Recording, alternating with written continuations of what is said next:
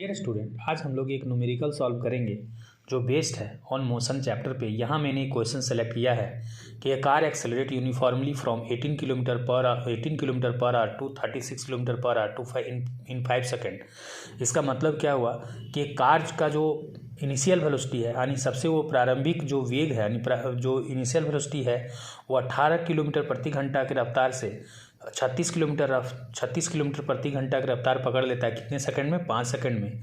तो इस दौरान में उसका जो कैलकुलेट द एक्सेलरेशन हम लोग को निकालना है। एक्सेलरेशन उसका क्या होगा?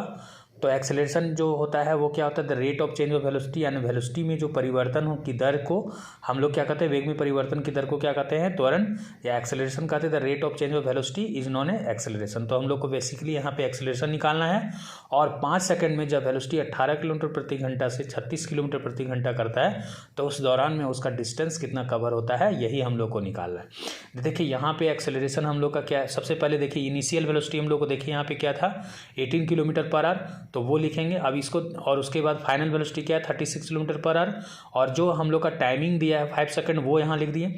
अब देखिए एक डेटा हम लोग का सेकंड में है, तो इसको भी हम लोग क्या करेंगे?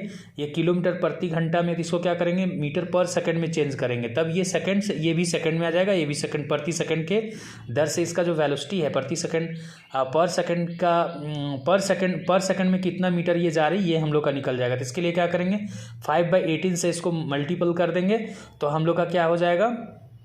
ये हम लोग का मीटर पर सेकंड में आ जाएगा। देखिए, और मीटर पर सेकंड में रहता है, जब किलोमीटर प्रति घंटा में लाना है तो हम लोग क्या करते हैं? जस्ट इसका अपोजिट कर देते हैं, 18/5। देखिए अब 5 मीटर पर सेकंड है, और अगर हम लोग चाहते हैं कि किलोमीटर प्रति घंटा में लाए तो क्या होगा? 18/5 करेंगे। देखिए 18 यहाँ 5 कर देते तो 5 से 5 कैंसिल होगा, तो हमारा 18 वही अपोजिट में मिल जाएगा। तो हम लोग को क्या करना है? जब किलोमीटर पर आवर रहेगा और मीटर पर सेकंड में लाना हो तो 5/18 से प्रोडक्ट कर देते हैं, तो हम लोग का मीटर पर सेकंड में आ जाता है। और मीटर पर सेकंड में हो और किलोमीटर प्रति घंटा में लाना हो तो 18/5 से उसको प्रोडक्ट कर देते हैं, यानी मल्टीपल कर देते हैं, जो भी डेटा होता है। इसी तरह यहाँ 36 किलोमीटर पर आ रहा है, यहाँ भी हम लोग क्या किए? 36 × 5/18 से मल्टीपल किए। 18 2 जा 36, 2 5 जा 10, यानी 10 मीटर पर सेकंड हो गया। तो इस तरह ये मीटर पर सेकंड, ये मीटर पर सेकंड और ये सेकंड, यानी तीनों डेटा हम लोग का सिमिलर आ गया। अब हम लोग का एक्सेलरेशन निकालना है सबसे पहले। तो देखिए एक्सेलरेशन में हम लोग क्या जानते हैं? एक्सेलरेशन में हम लोग यही जानते हैं, ए इक्वल टू क्या होता है? v - u/t होता है। तो देखिए फाइनल वेलोसिटी हम लोग का क्या है? यहाँ 10 है, और इनिशियल वेलोसिटी क्या है? 5 है, और टाइम क्या है यहाँ पे? 5 सेकंड। तो हम लोग इसको फिर कैंसिल करेंगे, 10 - 5 5 करेंगे, बाय 5 करेंगे तो ये कट जाएगा, तो यहाँ पे 1 मीटर पर सेकंड स्क्वायर। तो ये हम लोग का एक डेटा मिल गया। अब दूसरा डेटा हम लोग का क्या है? इस दौरान में कितना डिस्टेंस ट्रैवल करता है। देखिए the distance travel in by car in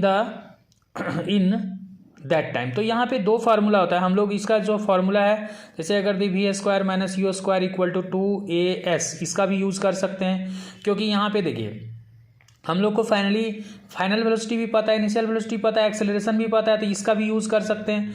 और अगर हम लोग इसका यूज़ करेंगे s = ut, second equation of motion का, s = ut + ½ at², तो इसके दौरान इसमें भी इनिशियल वेलोसिटी पता है, टाइम पता है हम लोग को, और एक्सेलरेशन भी पता है, टाइम भी पता है। तो इसमें भी डालेंगे तो हम लोग का डिस्टेंस कितना ट्रैवल करता है, और इसमें भी डालेंगे तो कितना डिस्टेंस ट्रैवल किया, ये हम लोग दोनों इक्वेशन से हम लोग का निकल जाता है। बट हम लोग इसका ही यूज़ कर लेते हैं अभी फिलहाल, और उसका भी यूज़ करके हम लोग निकाल सकते हैं। तो देखिए यहाँ पे v² का वैल्यू क्या है?